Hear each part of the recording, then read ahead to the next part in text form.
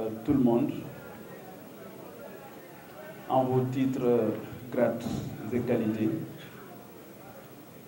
je vous salue et remercier les amis qui m'ont fait aujourd'hui l'honneur d'être parmi vous, leur témoigner toute ma gratitude pour cet honneur qui m'a été fait de participer aujourd'hui à ce grand moment de réflexion, de partage, de retrouvailles, mais aussi et surtout un moment qui permet à ces brillants Sénégalais qui sont sur le présidium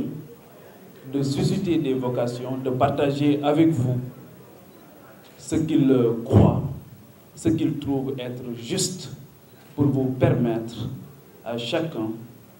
de pouvoir creuser lentement et sûrement son sillon. Pour ça, je remercie Demba Sarr, que je vois pour la première fois aujourd'hui. Remercier le modérateur, M. Diouf, Bougane Gueye Dany, un ami qui est parti tout à l'heure, Sophie Gueye, Mohamed Alamine Fall, qui est un frère, Junior, aussi qui a joué véritablement les bons offices pour que je sois là aujourd'hui. Lamine Diène, Sénégal Souluité, et tous ceux qui sont dans la salle, je reconnais certains visages et qui répondent toujours présents lorsqu'il s'agit de parler de la jeunesse, de l'entrepreneuriat, du leadership. Vous allez me permettre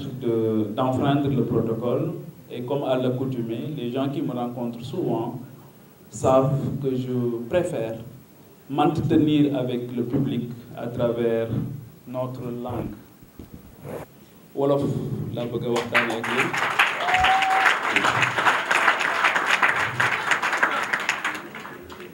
Beneen bi tamit Kéba Mbaye dafa waxoon ci discours inaugural bi mu defoon en 2004 yaakaar naa à l'université Cheikh Anta Diop, les derniers vers de l'hymne national mu ne Sénégalais debout. Comme assise nañu ba sonn léegi debout, donc vous allez aussi me permettre de me mettre dans une position debout. Alors, je sais pas pourquoi sax ñu war ma jox parole bi ma ñëwee bi ma gisee déjà thématique bi dama ne woon Junior, est-ce que bokk naa ci ñi war a jël parole ci jour bi parce qu'il parlait de su ma nattee suma bopp si ñaar yooyu yëpp ma gis ne li ma war moom mooy toog déglu ñi nga xamante ni xëy na ñoom ñoo nekk di bay seen waar ci fànn boobu. Beneen bi tamit mooy bu fekkee ne da nga am chance di jëflante ak ñoo xamante ni jamono bu nekk soo dajee ak ñoom ci seen posture ci seen attitude nga jànge si lu bari su boobaa déglu moom mooy li nga xamante ni moom moo ëpp solo. Dañuy wax ne sax sunu borom dafa bëgg ñuy gën a déglu ko wax moo tax mu defal ñu ñaari nopp defal ñu benn gémmiñ dafa bëgg ñuy gën a déglu mais ban déglu lay wax mooy une écoute active. Loolu nag lu xaw a tumranke la ci sunu réew. Dañuy wax ne Sénégal léegi dañ lay déglu sax pour tontu la waaye duñ la déglu pour xam li nga wax mais dañ lay déglu pour tontu la sooy wax. Donc nañuy déglu li ñuy wax dilater sa poitrine pour mën a dégg nit ki déglu ko mais dégg ko pour mën a jëriñoo li nga xamante ni moom lay wax. Je pense que loolu c'est extrêmement important. Leneen lii c'est quelque chose qui m'intéresse beaucoup loo xam dafa ma soxal trop mooy dividende démographique boobu ñu tuddee jeunesse. Ñun tey jii macha allah am nañ ci lu am solo ban taxawaay la ñu mën a am ba nga xamante ni dina jëriñu suñu réew loolu moom mooy li nga xamante ni moom ma intéressé. wax nañ entrepreneuriat mooy xëy na ki nga xamante ni day jóg wuti dara jóg di yëngu ci dara ngir am dara. Am beneen entrepreneuriat boo xamante ni wax nañ ko léegi sax dañ koy conceptualiser ñu tuddee ko entrepreneuriat social mësta ñàkk ci àdduna ba àdduna sosoo ba tey. Entrepreneuriat social dafa nekk loo xamante ni dafay am mooy ki nga xamante ni dafay jóg di wuti waaye yitteem nekkul rek am profit gagner xaalis rek du yitteem. Donc loolu yëpp dafa amoon ci sunu réew waaye bi ñu demee ba nga xamante ni relation humaine yi dafa nekk di déshumaniser wu di déstructurer wu sunu tissu social ci la am ñoo xamante ni nag dañu juger utile ne nag jot na ñu fàttali li nga xamante ni c'est ça qui nous fonde et que doomu aadama li nga xamante ni moom moo ko fondé moom mooy niteem li sëñ Cheikh Ahmed Tidiane Sy Al Maktoum moo ko doon wax nit yomb na waaye nitee moom moo gën a jafe. Nite mooy lan mooy nga am sensibilité sensibilité mooy lan mooy li nga xamante ni waruñu mën a quitter quelle que soit notre posture quelle que soit notre position dans la société quelle que soit station bu ñu mën di toll loolu mooy lan moom mooy empathie. D'habitude dafa nekk di ñu dañ ko nekk di ñàkk te loolu mooy am solo ka empathie mooy lan c'est tout simplement la capacité d'une personne à se mettre à la place de l'autre comprendre ses émotions comprendre ses sensations comprendre ses préoccupations comprendre ses aspirations mooy nan lay def ba gis naa sax léegi démb rek am na ku ma ciy waxtaanal ma ne léegi Sénégal amatuñ sax jafe-jafe léegi partager statut boo xamante ni dafa am ku ci def une chute bu métti da ngay gis ku koy partager di ci reetaan moom li koy reetaan loo li koy bégloo mooy mu partager ki nga xamante ni da doon yéeg daanu bu métti moom loolu daf koy bégal xaw ma koo mën a doon xaw ma ndax yaa ngi ci salle bi mu déet waaye yëgal ne da nga feebar te xamuloo ko su fekkee ne yow saa bu nit amee naqar da ngay bég yow au fond de toi ça te fait rigoler xaw ma koo mën a doon mais yëgal ne da nga feebar am na feebar bu la dal feebaru xol la sa xol feebar na sa xel feebar na sa ruu feebar na loolu tamit dafa nekk loo xamante ni dama koy fàttali une jeunesse donc je commence par une déconstruction construction ci li nga xamante ni moom moo ñuy fondé en réalité mooy doomu aadama le rôle bi nga xamante ni moom lañ ko assigné mais le sens de sa présence sur terre mooy lan moo tax déjà sunu borom wàcce ko ci kaw suuf ak lan la fi wut si. Y en a beaucoup qui l'ont compris dégg naa léegi bi may ñëw ñuy wax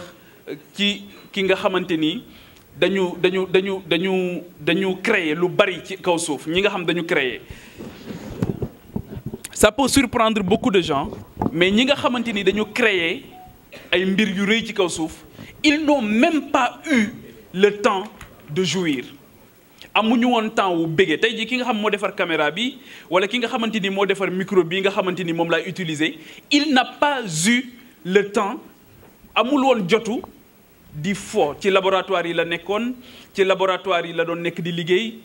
amul dund boo xamante ni am na ko donc ce qui est crevant li nga xamante ni dafay sonal doomu aadama moom mooy leadership nga bëgg ko incarner leadership soo c'est crevant en réalité quand tu veux être leader li nga war a gëm mooy que tu dois avoir l'attitude d'un chien de chasse un chien de chasse bu àndee ki nga xamante ni moom mooy dem di rëbbi moom mooy jiitu di daw di fuy ne di xool fan la affaire bi nekk mais kooku musiba buy ñëw aussi mën na dal ci kawam bu njëkk donc chien de chasse bi fii leader bi li muy chasser mooy du sens li muy chasser mooy de nouvelles perspectives li muy chasser mooy une capacité d'amorcer une transition par rapport à un consensus peut-être qui a déjà existé une zone de confort mais mu dem ba yëg ne zone de confort bi ñu nekk nii gënatul il faut que ñu génn ko dem ci zone de confort boo xamante ni foofu la sunu mucc nekk parce que fii musiba mu ngi ñuy waaj a dal cette capacité là bi nga xamante ni leader bi dina ko am c'est à la fois crevant mais dafay ñëw ci delloosi ko ce pourquoi il a été créé lan moo taxoon ñu bind ko foofu lay delluwaat mooy bi muy ñëw ci kaw suuf dañu ko bind pour mu ñëw am taxawaay boo xamante ni xëy na moom dafay jël li gën a métti mais pour que ñeneen ñi mën a dund goo xamante ni gu tey lay doon. Et aujourd'hui su fekkee ne gis ngeen ñi nga xamante ni yëpp dañuy wax ne dañu créer de grandes choses dañu def yu bëri yu rëy lu rëy ci kaw suuf da ngay gis ne d'habitude amal nañ ko góorgóorlu nañu ci waaye njëriñ bi sax fekkewuñu ko. leadership bi aussi foog ñu natte ko foofu xam nga tooba saxal mbaa ma sulli xaw ma ñi fi nekk ay baykat xam naa dinañ xam tooba saxal mbaa ma sulli ah sëñ Diouf waaw wala ma wax ko mooy lan tooba saxal mbaa ma sulli ñi xam bay bu tawee ngay ji ñebbe par exemple da ngay gas benn pax bu ndaw nga dugal si ñebbe bi nga suul ko après nga xaar mu sax maintenant su fekkee ne doo xaar mu sax dara doo am bu dee da nga koy suul rek ne ko boo saxul ma sulli la séance tenante li nga bëgg les résultats escomptés ne seront jamais au rendez-vous. loolu tamit li ñu si jubloo wax rek mooy il faut que nga am une capacité d'endurer waaw nga xamante ni foog nga muñ léegi nag li ngay muñ tamit dafa xaw a jafe ñu bëree ngi wax muñ sax te xamuñu lan mooy muñ dafa xaw a jafe waaw parce que muñ bi njëkk c'est pas vis-à-vis ngay wut dara amuloo ko c'est-à-dire que yow ci sa bopp yow yaay njëkk a muñ ndax bala nga ne naam nekk fa fi mu ne nii pour nga taxawal dara foog nga taxaw ba pare waaw foog nga taxaw ba pare pour nga taxawal dara pour nga mën a dundal foog nga dund ba pare foog nga taxawal ba pare foog nga taxaw mooy il faut que li nga xamante ni moom moo fa jiitu muy laytaay yi il faut que nga liggéey ko ba nga xamante ni dina mën a solide ba fondement bi dëgër et souvent loolu dañuy colmater dañuy xaw a taf yëngal rek mais en réalité ñu jël le temps qu'il faut pour ça leneen li mooy dañuy bëri ay éléments parasites yoo xamante ni moom moo ñuy éloigner ci sunu objectif majeur bi nga xamante ni moom la ñu am adduna tey jii ñu bari dañu nekk dans de faux combats énergie yëpp le maximum possible pour mën ko atteindre ba pare nga am une capacité de s'auto-évaluer mooy yow ci sa bopp ndax ku wéet xam sa bopp yow ci sa bopp yow yaay xool ndax yow fi nga jëm am nga ndax sa bopp aussi baaxul yow yaay xool ndax fi nga jëm am nga xam-xam bi déjà ndax am nga moom mooy tax nga mën a am altitude nga mën a yëkkati sa objectif il faut les aptitudes d'abord mooy xam-xam bu wóor bañ a xamantu aussi dafa bëri léegi ci suñu société il y a beaucoup d'usurpateurs dans cette société là waaw bari na ku ñuy tuddee dara te nekk ko bari na ku xëy rek décréter ne nangam la te doonu ko loolu tamit dafa bari léegi donc nit ki aussi nga xam sa bopp xam fi nga jëm xam li nga mën bañ ñu jay la léegi rek bi may ñëw maa ngi waxtaan ak benn kilifa ci oto bi maa ngi koy wax ne ko dama demoon ci benn manifestation fan yi bi ma demee ma agsi rek ñu bëgg ma defal cordon sécuritaire pour yóbbu ma ci fi may war a defee waxtaan bi ma ne leen mais su ngeen arrêté wul cordon sécuritaire bi man du ma dem fii parce que je me sens en sécurité lu tax ngeen ma war ma defal cordon sécuritaire c'est-à-dire que nit ñi aussi boo leen moytuwul dinañ la jay wala ñu yëkkati la ba teg la foo xamante ni egguloo fa waaw di la gëmloo ne la nangam nga saa boo ñëwee ni yow yaa war a toog ci kaw nit ñi toog ci suuf yow yaa war di wax nit ñi di la déglu ba nga xëy jàpp ne nit ak dara nga alors que nit kese nga jamono boobu sax ci nga war a gën a góorgóorlu pour gën a jàng mooy li Souleymane Bachir Diagne di wax ne la meilleure manière de rester étudiant c'est d'enseigner. Mais avant Souleymane Bachir di ko wax sax yonent bi waxoon na ko nee woon na sàkku xam-xam sax c'est du berceau à la tombe. C'est-à-dire que yonent bi dafa wax Seydina Lune dafa wax ne yonent bi demul bàyyi ñu lu dul bés bu yàlla sàkk yonent bi sax moo wax ne bés bu fekkee ne nar naa fekke benn bés te dooleeku ma ci xam-xam yàlla na bu ma fekkee bés boobu. donc constamment dañu war a nekk di jàng jamono bu nekk di góorgóorlu di dooleeku xam-xam jamono bu nekk man en réalité si j'ai un message à donner aujourd'hui xalaatu moo ne sax ne dinaa wax mais si j'ai un message à donner mooy képp kuy jàng na nga fexe li ngay jàng nga xam ko nga mën ko nga bañ a nax sa bopp nga bañ ko xamantu képp kuy liggéey li ngay liggéey na nga ko xam na nga ko mën nga bañ ko mënantu ba loolu tam jafe-jafe bu mag lañ ci am mooy tey jii Sénégal ngay jëflante ak nit mu liggéeyal la dootoo bëgg mu liggéeyal la parce que bu lay liggéeyal li muy gën a teg bët mooy li muy fayeeku pas le sentiment du devoir accompli adduna du lépp rek ak lu ma ciy am lu taxaw yenn saa yi il faut accepter ne tey diw mi dinaa ko liggéeyal waaye li ma ci soxla mooy am une référence mooy mu nangu ne man mën naa parce que à travers lui j'ai un ambassadeur par rapport ak sama projet mais yow waxaale sax des fois nga ñàkk ci loo xamante ni moo gën a rëy fuuf li nga ci waroon a am loolu tamit une intelligence économique boo xamante ni am nañ ko du point de vue marketing da ngay gis ne souvent xëy na tu me diras que marketing bi ñuy jàngale aussi xaw na sori tamit suñuy réalité sociologique ba nga xamante ni souvent bu ñu la indee ci réalité bi doo xam nooy jëflante sociologiquement ak ki nga xamante ni tey dafa soxla li nga yor te moom bokkul ak approche prisme bi nga xamante ni ci lañ la jàngale moom xamu ko donc li ma si bëgg a wax rek mooy kiy jàng na xam ne defut lu gën a kawe jàng moment bi mu nekkee di jàng defut lu ko gën a kawe kii liggéey na xam ne moment bi muy liggéey defut lu gën a kawe liggéey. léegi nag mu xam aussi nan la ñuy liggéeyee parce que àdduna li ci gën a am solo c'est pas seulement nga xëy dem jàngi da nga xëy wuti boo xëyee jàngi booy liggéey tamit da nga xëy wuti. léegi nag wutin bi ni nga koy wutee aussi c'est extrêmement important et c'est là où réside toute la différence entre les uns et les autres. am na koo xamante ni tey jii day wax ne leadership la amee xàmmewut leadership xàmmewul pouvoir xàmmewut influence xàmmewul dara waaw yenn saa yi sax mu ne coach la en leadership waaw ça fait foison maintenant. il faut que ñu def ci ndànk trop parce que ñi nga xamante ni ñoom ñoo incarné un véritable leadership ñooñu nit ñi ñoo leen koy gis di leen ko tuddee waaye ñoom duñu yëg ne ñoo ngi def loolu. ñi nga xamante ni ñoo ngi am influence aussi ci nit ñi ñoo koy bàyyi xel yëg ñoom ñu ngay defar nit ci gën a sori te kooku amul jot mënul jot ci ñoom ñoo ngi koy defar di ko teg ci yoon di ko yar te kooku mënul jot ci ñoom te pourtant du ko mës a kii mësul fayeeku pour ñu jàngale ji leadership mësul fayeeku pour jàngale leadership waaw mais bu fekkee ne tey da ngay dem pomper internet bi yëpp dem ne da ngay jàngale leadership di ci fayeeku xaalis mën nga fa jàngale ba jóge fa projeté bay bëgg a dee soo fa jógee kenn du bàyyi xel li nga wax parce que léegi la disponibilité de l'information n'est plus une légitimité. Disponibilité professeur Daly Diouf bi di jàngale xam na ci dara léegi le temps qu'on donne à la communication loolu mooy source de légitimité parce que tabe yomb na mais tabe ci temps ak tabe ci daraja moom moo gën a jafe fi nga xamante ni foofu laay jeexalee mooy égoïsme individualisme ak pourquoi nous avons décidé de vivre en société. Nous avons décidé de vivre en société te loolu lien social yi rek laa si jubloo wax li tax ma koy wax aussi c'est à partir d'une expérience très simple peut-être boo xamante ni jege na ma wala jege na keneen ñëpp di ko dund mooy déstructure bi nga xamante ni léegi am na ci liens sociaux yi. am na koo xamante ni saa bu la woowee téléphone déglu ko rek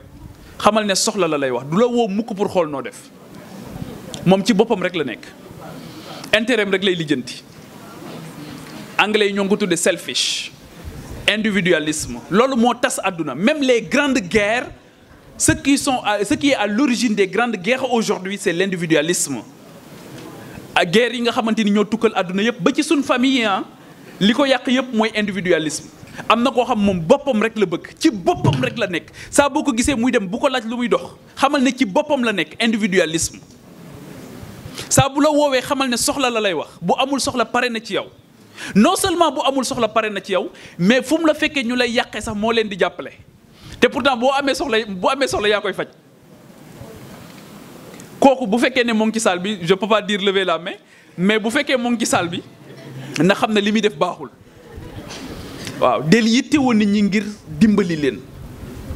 waaw del yittewoo nit ñi ngir loo xam sa njëriñ nekku ci. Un désintéressement total. Tu donnes sans rien attendre en retour, ni récompense, encore moins remerciement.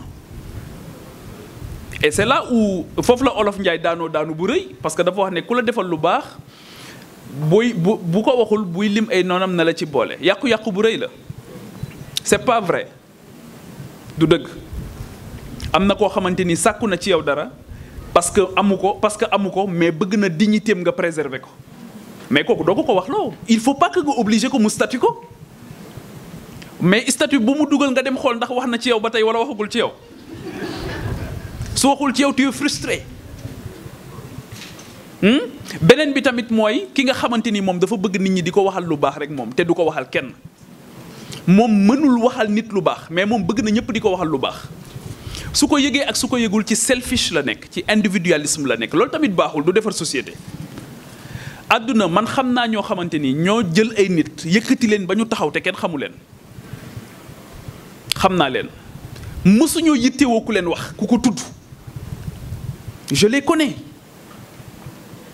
bari na trop sax ci tubaab yi bari na ci trop moo tax suñu jàppee ne ñun yàlla il est sénégalais il est africain dañuy nax suñu bopp waaw am na ci jëmm joo xam daanaka du ma waxtaan ba pare te du ma ko tudd Abbé Pierre la tudd. Abbé Pierre en 1954 en février 1954 dafa am benn sedd boo xamante ni dafa sonal nit ñi ci France ba am ñoo xamante ni ba am benn soxna boo xam dafa dee ci benn suufu pont bi Abbé Pierre bi femme bi di dee dafa yoraale ci loxoom son papier d'expulsion ñu génne ko ci appartement bi mu nekkoon. Abbé Pierre daal di jël def appel radiophonique daal di wax ne au secours, une situation vient de se produire, il faut rendre impossible ce qui vient de se passer. Une femme vient de mourir gelée et dans sa main elle avait son papier d'expulsion.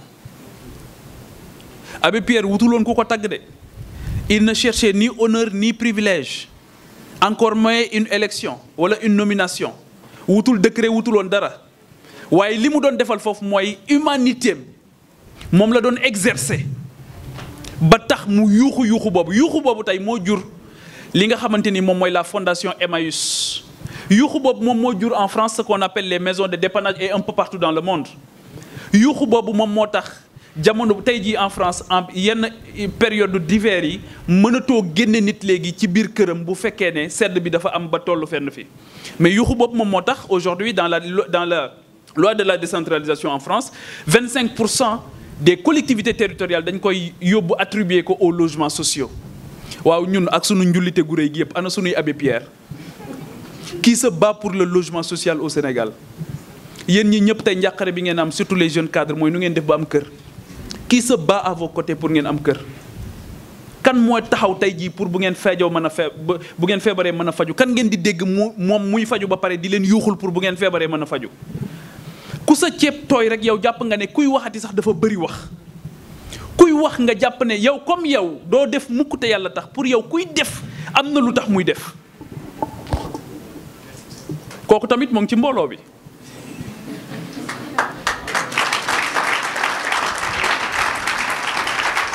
moom comme il ne se bat jamais pour l'intérêt général il ou elle comme du xeex mukk pour intérêt général saa bu gisee am di yëngu rek mu ne non am na lu tax muy yëngu lii c'est pas non parce que comme il est incapable de le faire pour moom tout le monde est incapable. comme il est incapable léegi nag son job maintenant consistera à fouiner dans ce que Amdy fait pour voir est-ce que pour prouver à la face du monde comme man waxoon naa waa koñ bi ne leen Amdy deful pour intérêt général il faut que ma lijjanti intérêt personnel bu Amdy di def pour dem ne leen voilà gis ngeen li ma leen waxoon ci Amdy moom lii mooy yitteem moom. moo tax dégg nga sax ñu bari tey jii dañuy foye nit ñi di ko foye naan diw lu muy wax koñ ba parce que yow da ngaa yàkkamti mu am échec pour mën a dellu si ci waa koñ bi. yow torox tàngeem ci koñ bi yow bëggoo mu siggi ci koñ bi.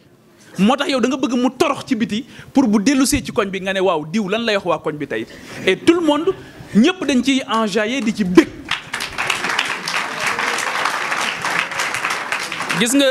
gis nga lii nii tant que jógu fi quel que soit le plan de développement bu ñuy am quel que soit parce que coxorte bi méchanceté bi dafa bari égoïsme bi dafa bari nous sommes entre nous kenn raxuñu moo tax ma koy wax. Bon, j'espère que ça va rester entre quatre murs. Mais loolu tant que jógu fi tant que du ma gis opportunité yëg ne diw lii opportunité la pour diw ma woo ko wax ko te du ma ci xaar dara lu dul fayu yàlla tant que jóge wuñu foofu dara du changer. Et justement c'est ça qui nous fonde aujourd'hui c'est pourquoi nous avons décidé de vivre en société c'est pour mutualiser les efforts. Et quand on décide de mutualiser les efforts c'est pour régler trois choses fondamentales. dañu ne dañuy boole sunu doole pour régler la question de l'enseignement de l'éducation pour régler la question de la sécurité pour régler la question de la santé. Si après avoir mutualisé les efforts mënuñoo régler santé mënuñoo régler sécurité mënuñoo régler enseignement mënuñoo régler question logement mais à quoi bon de vivre en société? À quoi bon? Société dafa am lu tax mu am dafa am lu tax yàlla dogal ne dama leen a bind pour ngeen vivre en société mais binduñu pour ñuy lekkante. L'homme ne doit pas être un loup pour l'homme mais l'homme aussi ne doit pas yow saa boo bëggee rek mooy nit am na naqar moo tax nit ki foog muy déglu boppam day wéet ak boroomam rek mu déglu boppam ne man est-ce que su ma déggee ne Lamine Diène am na lu baax damay bëgg wala damay mer. su dee da ngay bëgg xamal ne yaa ngi tàmbalee baax su fekkee ne da ngay mer sa xol naqar yi ndax dégg nga ne diw am na lu baax xamal ne am na lu la dal wala ñu toog nii am ku dugg si ñu ne ko demal toog ci kaw présidium bi sa xol commencé naqar yi moom mooy kan il se prend pour qui? soo nangoo li yàlla dogal ci moom c'est quoi ton problème. loolu tamit ay jafe-jafe la yoo xamante ni dañu ko am li tax ñu gën ko am nag c'est entre les jeunes. C'est entre les jeunes. On s'entretue. Je vois bien ce qui se passe sur le net souvent. On se fusille entre nous. On se fusille entre nous. Ça aussi c'est nous. loolu nag mënul ànd ak leadership. mën na ànd ak entrepreneuriat mën nga koy def pour sa bopp rek nag.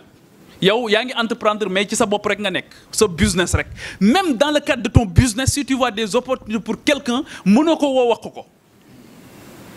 Et pourtant tu es dans l'entrepreneuriat. Donc la république bi nga xamante ni moom lañ décidé de vivre, la république c'est une promesse. Mooy que chaque génération doit vivre mieux que la précédente. Je reviens d'un voyage bu ma defoon au Maroc. Soo fa wàccee da ngay gis ñi nga xamante ni ñoo jot a yor Maroc kenn ku ci nekk ni muy amee njukkal ki nga xamante ni moom la wutu. Aéroport bi ngay wàcc aéroport Mohamed V bu Casablanca Hassan II moo ko tuddee Mohamed V baayam pour rendre ko njukkal pour delloo ko njukkal parce que baayam liggéeyal na ko. nga dugg dem gis jaar ci pont boo xamante ni Hassan II moo ko tuddee astafurlah Mohamed VI moo ko tuddee Hassan II pour delloo ko njukkal. Mohamed VI tey defar na fa tunnel boo xamante ni doom ji Al Hassan III mën naa ñëw tuddee ko pour delloo ko njukkal cela veut dire quoi. Cela veut dire que génération bu ñëw dafa war a teggil coono génération bi ci topp. loolu mooy générosité loolu mooy république mooy que chaque génération doit vivre mieux que la précédente. Mais si Abdoulaye Wade si Abdou Diouf est plus fatigué que Senghor, Abdoulaye Wade plus fatigué que Diouf, Macky plus fatigué que Wade, kii wuutu Macky aussi nara dee mooy que il faut que ñu xoolaat suñu contrat social. Parce que Diouf Senghor lan la fi bàyyil Diouf en 81 82 bi muy ñëw coono bu métti ñu dem ba 93 ñu dugg ci ay politique d'ajustement structurel Abdou Diouf xaw a dee Abdoulaye Wade bi muy ñëw moom tamit kazalika mais Abdoulaye Wade bi muy dem dane su ma demee Macky du fay salaire yi loolu mooy maa ngi la fi bàyyil coono bu métti.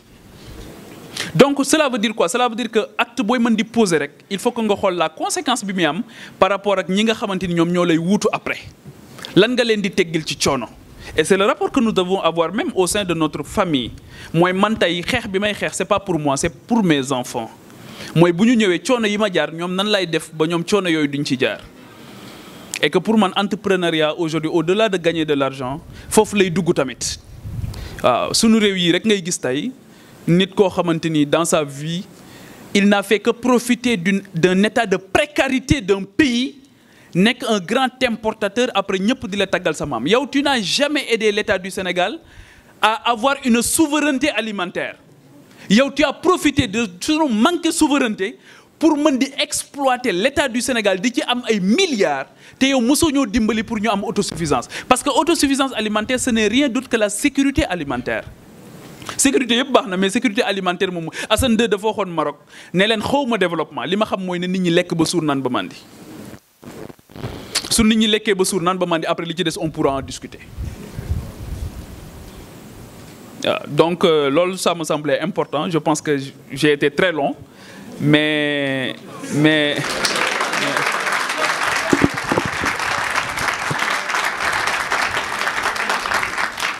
waaw j'ai été très long.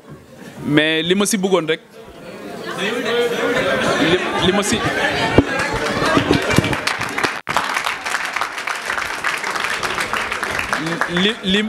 li ma si bëggoon rek mooy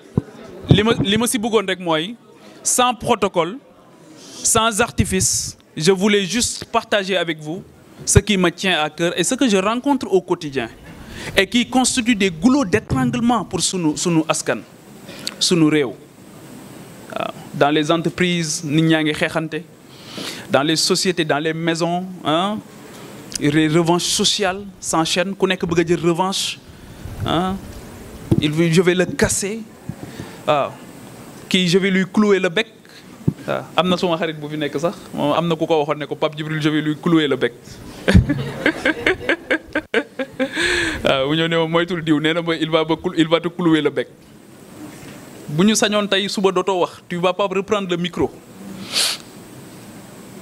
yooyu ak takk téere ku nekk nga dem ci sëriñ bëgg koo liggéey foo kuñ la lamb nga takk téere yu dul jeex fekk benn xale bu ndaw moom ma nga fële ci Silicon Valley liggéey ba doy waar defaral la oto bu mucc ayib def ci toutes les normes sécuritaires yow ñu ñëw jox la ko nga jël ay ndombo laxas ko ci volant bi pour yow nee nga loolu mooy tax du këpp demal xool oto yi këpp rek oto yëpp ndombolo ak ay kii ay limon lu ne lañ ciy def limon mën na tere oto bu këpp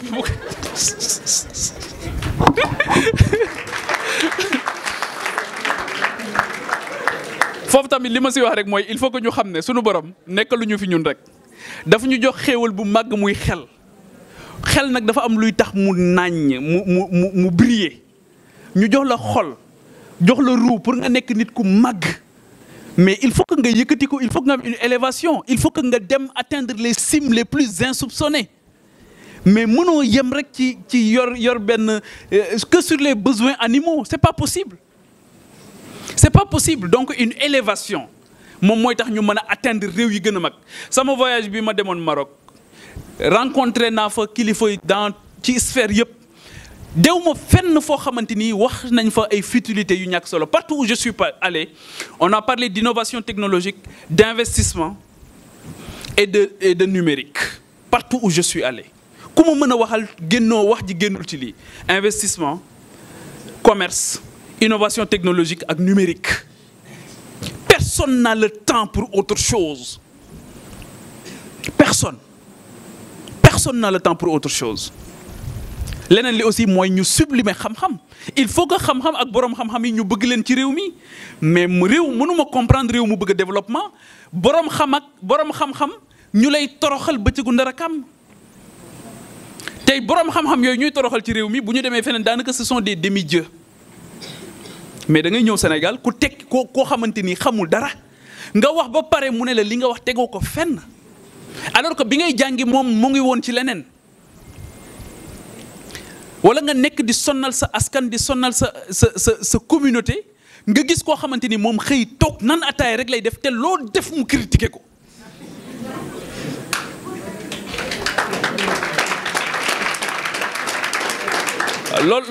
loolu tamit baaxul. ci ki nga xamante ni dafa jóg bëgg a jëf bëgg a dem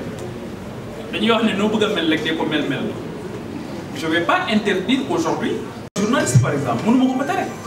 su fekkee ne dafa bëgg a prétendre nekk un grand journaliste mais saa bu ma rombee wan ma ne dafa bëgg a nekk kooku mais dama koy encourager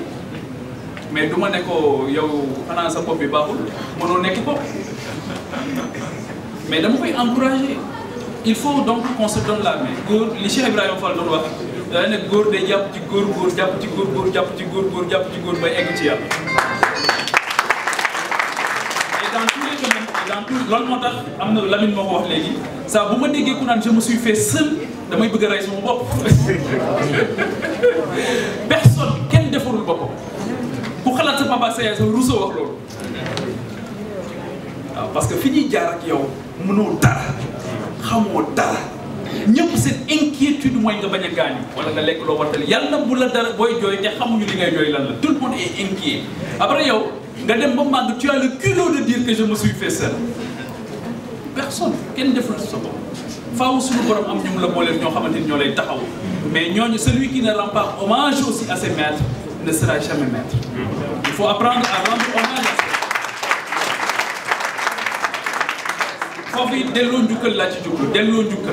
delloo njukkal lu am solo la leneen li mooy il faut toujours remettre le métier à l'ouvrage maa ngi koy nettali léegi benn waay bi may ñëw si wata bi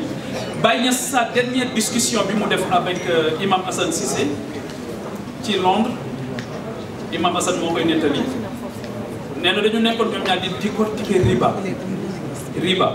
mooy lekk loo war a def wala corruption wala leneen loolu tam lu yomb la léegi surtout ci jeunesse bi lu yomb la ci jeunesse bi loolu tam bu leen ko nag ñu corrompre seen idéal bi nga xamante ni moom ngeen di xeexe nee na bi ñuy waxtaan ñoom ñaar ci riba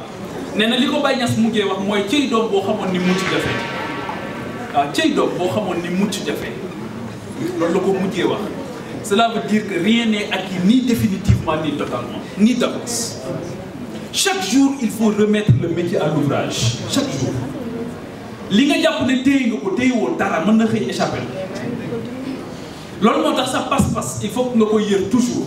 lan moo tax ma yëngu man lan moo tax ma yëngu lan moo tax may wax est-ce que sama njëriñu bopp ci pourtant au départ dama daan wax pour nit ñi est-ce que tey dama xëy di wax pour sama njëriñu bopp wala déet au départ daan naa yëngu pour nit ñi est-ce que tey sama intérêt bopp taxaw na nag est-ce que dama war a négocier pour mon intérêt personnel wala ndax dama war a négocier pour l'intérêt général ah foofu tamit challenge bu mag la défi bu mag la et c'est un défi au quotidien waaw nit ki il faut que mu xam lan lay ñàkk mooy les coûts d'opportunité lan ngay ñàkk tey pour une unité supplémentaire ci benn loo xamante ni mën nga koo am suba waaw ñi def sciences économiques xam nañ loolu lan ngay bàyyi tey pour suba nga am lu ko ëpp qui veut beaucoup prend peu waaw képp ku leen gëmloo ne da ngeen war a nekk ci réseaux sociaux yi di saaga képp ku leen gëmloo ne da ngeen war a nekk ci réseaux sociaux yi di xaste kooku rey na leen parce que au même moment nga rencontrer des jeunes ailleurs dans le monde mais ils sont en train de réussir des choses formidables yàlla xam na ko des choses formidables man damay toog ba jàng sax ma ne même dans nos pays là il y a trop de forums il y a trop d'ateliers il y a trop de rencontres de jeunes on est là am na ñoo xam sax seen liggéey léegi mooy dem ci rencontre waaw ku woote ñu dem duñu tàngam lu dara alors que au même moment ailleurs boo fa bëggoon a daje bi ma demee Casablanca dañ ne ma mais fii nag Pape boo fi bëggoon def rencontre di nga am jafe-jafe pour nit ñi ñëw parce que kenn talu kenn les gens sont au boulot ah mais bu Macky Sall woote woon tey jour ouvrable fa muy woote day fees tel waaw kazalika bu Ousmane Sonko woote woon tamit fa muy woote day fees tel donc pour dire que tout simplement suñu société ci boppam moom moo am jafe-jafe boo xamante il faut qu'on accepte d'aller plus vite plus loin mais ñu dem foo xamante ni xam nañ fan la ñu bëgg a dem ba mu leer ci suñu bopp il faut que l'idéal soit clair et que ñu am consensus et consensus bi ci jiitu mooy ñu fonk jàng ak jàngale fonk xam-xam waaw fonk suñu liggéey mën ko te di ko def te yàlla rek tax